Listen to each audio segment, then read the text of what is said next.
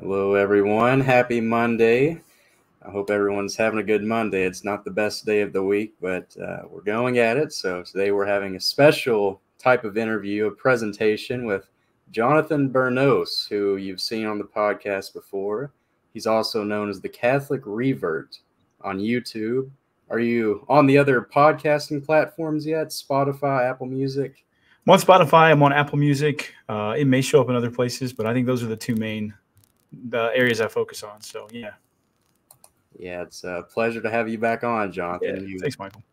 It's you were one of the first guests, I believe, like the fourth guest on the podcast. So that's awesome. Yeah, it's been just a wild train ride of surprises ever since.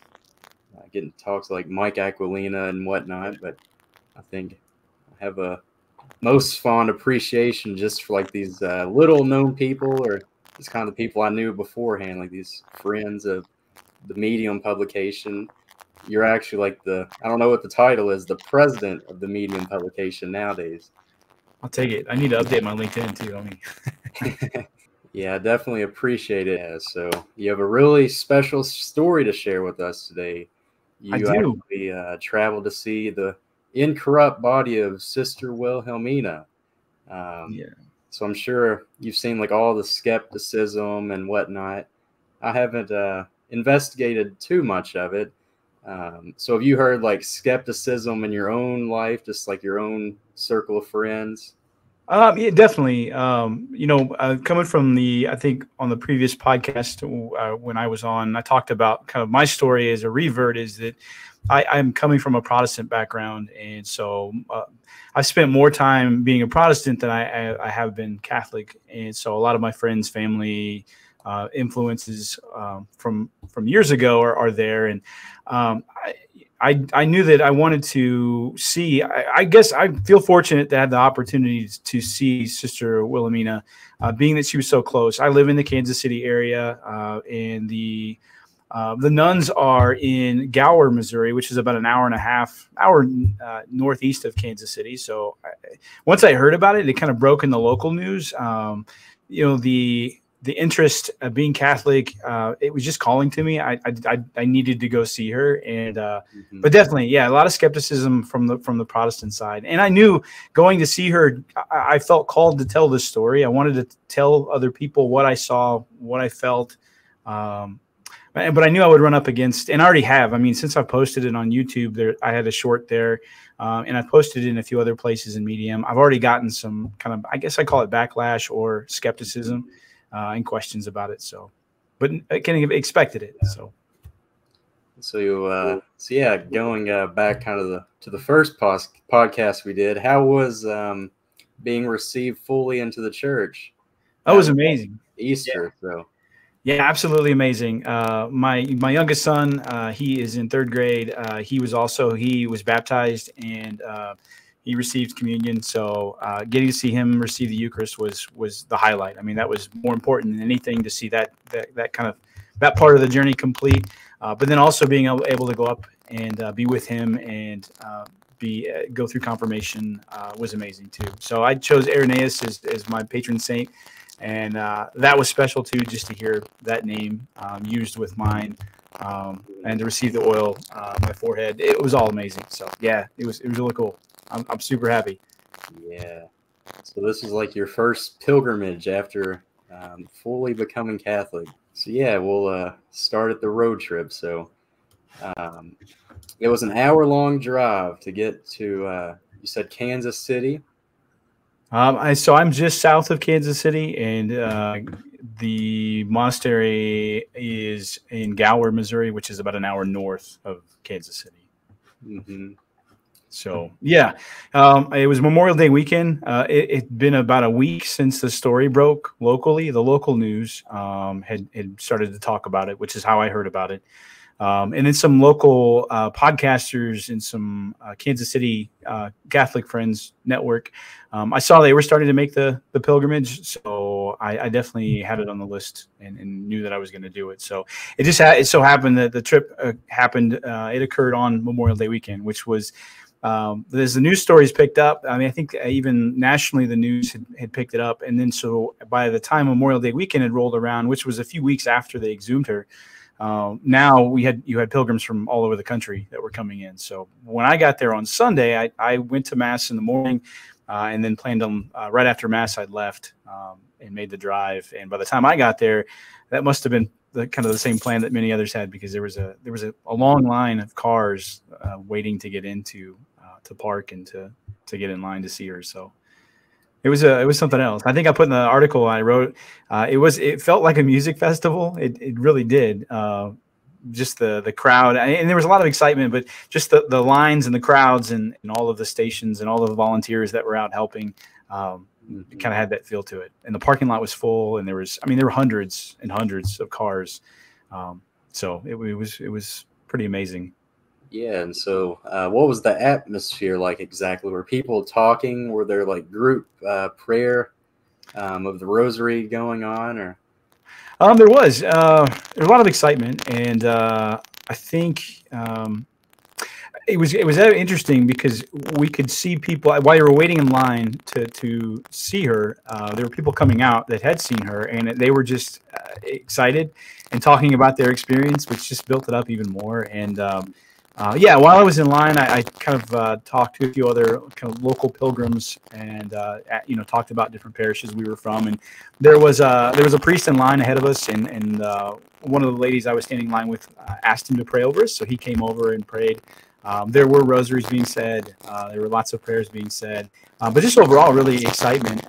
Right before I went into the room, they had her under the monastery, kind of in the basement floor. And they had kind of a visitation set up. The line kind of processed around her. Before I went in, an elderly woman who I think she said she was 98 years old had just come out. She was in a wheelchair. Her family had rolled her out. She was in tears, and she just kept exclaiming, "This is the most beautiful thing I've ever seen." She looked so beautiful. She looked so happy. Before they buried her, for her in the coffin, and you can see surrounding her that the fabric that was used, the normal lining of a coffin, you can see that. You can see the habit, that she's buried in. She died in her habit, and the sisters had all talked about how, that was fitting, because there was nothing more that she would have fought for was that traditional lifestyle, that traditional way of wearing the habit. Yeah. So seeing the habit, seeing the lining in the coffin, all of that, and then to see the hole in the ground and know when the sisters dug her up, they could see the coffin was damaged. One of the sisters that was kind of part of that, the group digging her up, asked for a flashlight. They could see, well, I can see into the coffin, so they thought they would, I'll take a look. And then there's a few news stories where they're interviewing her, but as she looked into the coffin, she could see a foot. She could see a full foot. And during the visitation, seeing her feet, you can see the socks she's wearing. They're fruit of the loom. And so they're black socks, and her foot was fully in the sock. So I can see what they saw when they first exhumed her. And so they immediately began to kind of celebrate and declare that, oh my gosh, I can see her. And so when they removed her, then all the pictures then from visitations and after really is what they saw. They did say, they said that she was covered in kind of moss from the moisture. And I think they took about a week and a half to 2 weeks to clean the moss off of the outside of her skin. And they did put wax on her, which they do quite a bit with other or incorruptibles. If anyone's ever had the opportunity to see someone like that, you can definitely see the wax, but it was with what was under the wax and seeing the full form of a body that was just amazing to me. So yeah. So if there was any I don't know, kind of disbelief, in the convent, sisters saying, "Oh, we shouldn't dig up this body here." Well, pretty much like all the sisters in on it. They all agreed it was the right thing. Yeah, absolutely. They had all agreed or all supported it, and I think they initially supported it for the move. I think hearing interviews and kind of hearing some of the stories while visiting, I think everyone expected to find very little remains, bones, dust, and to move what was left of her to the chapel, or to move her into that location. That was planned from the beginning. So I think they were all okay with that. But I think the vision or the dream definitely put something special to it. I think they were then, so maybe some of the expectations grew of what will we find. Yeah. And then when they actually found, I think that what aligned with the vision, there was, now there was also completely support. So. Mm-hmm. Mm-hmm. So I was kind of looking at the picture. She has a scapular and then a rosary. What are the other strings there? I think a few pictures, there might be visitors or pilgrims that are laying items on her in some of the photos. She did have a rosary, and I don't know if the scapular was hers. I didn't see it during the visitation. The rosary was definitely hers and was present. Her hands were full, kind of as you see in the picture there, and also as the picture that before they had buried her, her hands, everything is in the same position as when they buried her. So, yeah, that picture's a little different. It is. So, waiting in line and getting a closer view. I think some of the pictures, it's hard to get kind of a good vantage point, and that's probably the part that felt a little more taboo from my background. Is that the closer I got, seeing people that were kneeling down and were praying, and then to put their hands on her, that made me nervous. Just as I'm waiting, I'm thinking, what will I do?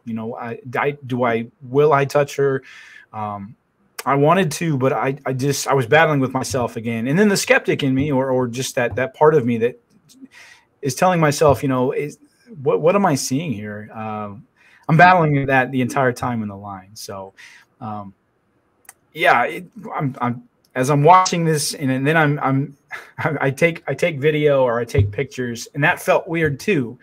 But I'm also reminding myself of what a miracle this is. And then, someday the path to sainthood, should other miracles be tied to this and she becomes a saint, I'm thinking, when would I ever get another opportunity to be in person like this? And then also knowing that they were going to kind of enclose her into glass so that others could see her, but never getting an opportunity to actually touch her ever. That also was in my mind too. I'm thinking, wow, I wouldn't pass this up. I mean, how amazing would that be to experience a miracle like this? And you may not ever get an opportunity like this again forever. So all that's going on through my head. So yeah. So this would be a strange question. What was it like to touch your hand? Just normal skin or? Yeah. So that's an interesting. It's hard to put all this into a blog. So yeah. But all these thoughts are going through my head, and so it's my turn in line, and I'm by myself. So I'm kind of a solo pilgrim. There were lots of families there. There were families with their kids. I wasn't sure in the group that I was in to go up to her. There was really two groups, and one, each group's on either side of her as she's displayed there. I wasn't sure where I was going to be. Am I going to be by her hands? Am I going to be down towards her feet? So it just so happened that in the group that I'm in, there was a young man next to me, and he kind of offered up his spot, which was right by her legs. And leading up to this, I can recall the smells. There were flowers in the room. It was because it was a basement. It was cool. But I could smell the flowers. I could smell incense, and I don't know at what point if incense was used. But there was also, and I say this in the blog post, there was a sweet smell of rose, and I didn't see roses, and it was a lasting smell. It wasn't it wasn't like a in the room kind of a smell. I'm not sure how to describe it, but it was something different. So all of this I'm really hanging on to this as I walk up and as I approach Sister Wilhelmina. That's where the brain kind of shut off. I mean, where logic, as it's working up to this point, science and logic and all these questions are happening. As soon as I approached her, all of that shut down completely. I immediately kneeled to pray without thinking. And then I reached up again, going from this unplanned state to now everything's just kind of happening. I reach up and I put my hand on her leg, just on the side of her leg. But then at that point, I'm thinking, I'm just heightenedly aware of what I'm feeling, and I feel a leg. It's a leg, and now it doesn't have life, and so that's very distinct.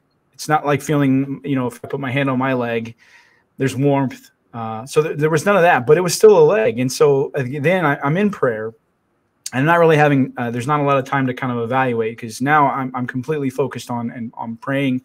And I'm thanking God for this miracle, and I'm thanking him for, being present and seeing all of this and witnessing it.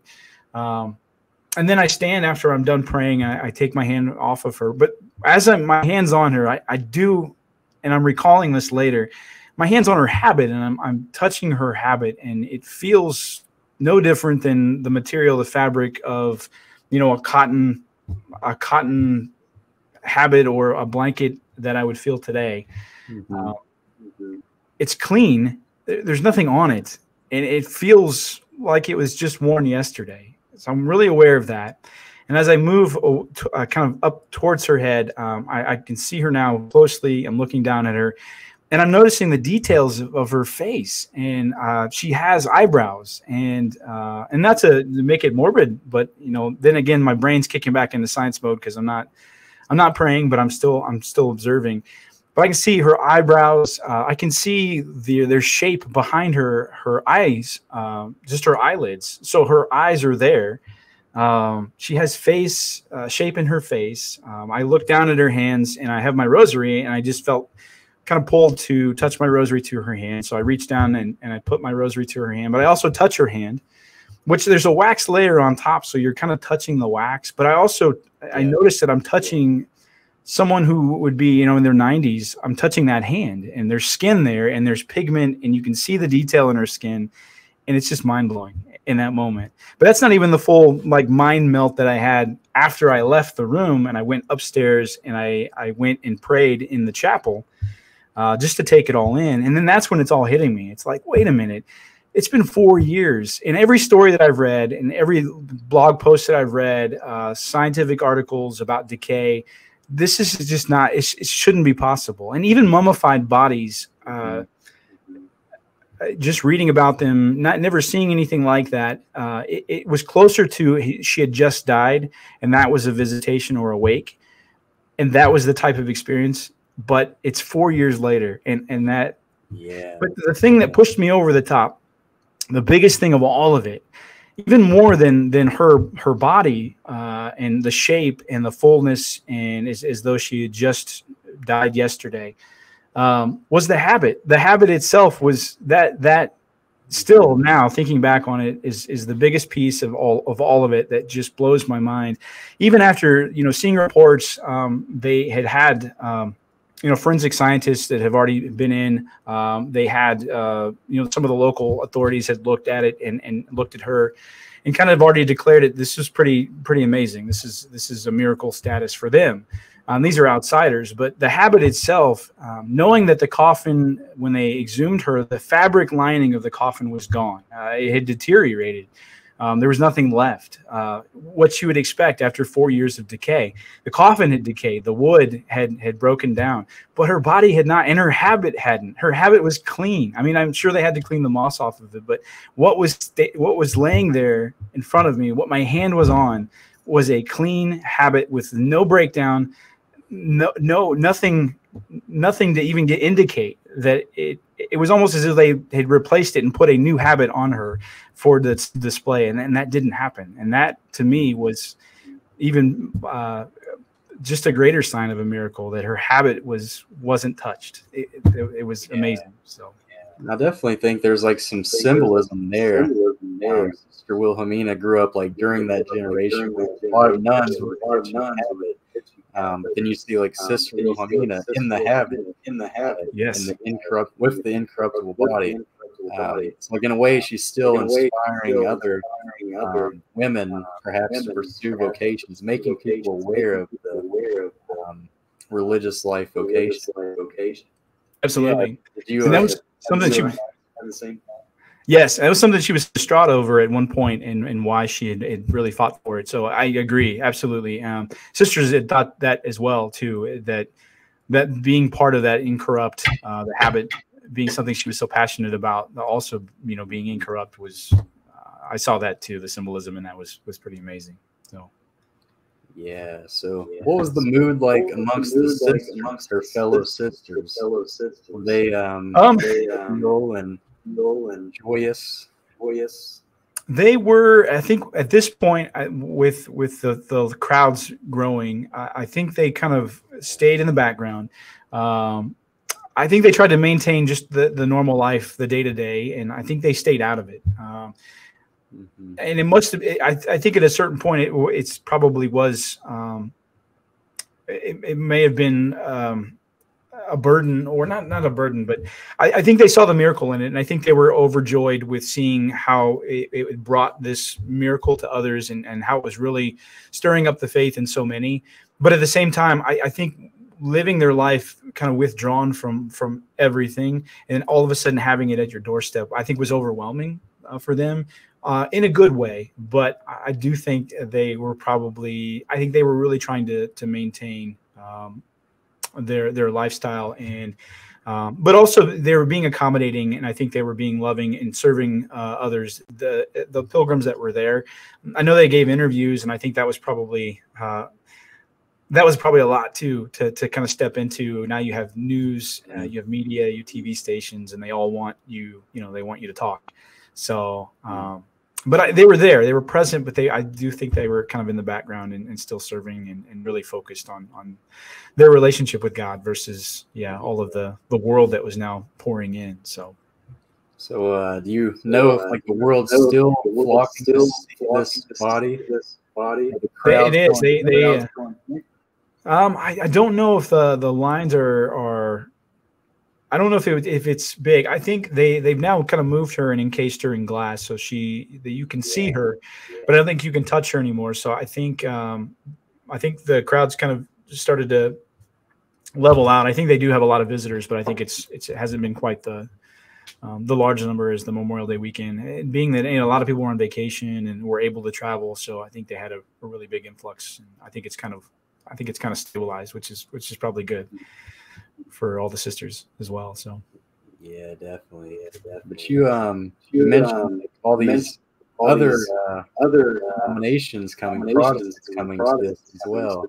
Did you actually meet something like Protestants? What was their general reaction to this? Yeah, I could definitely see there were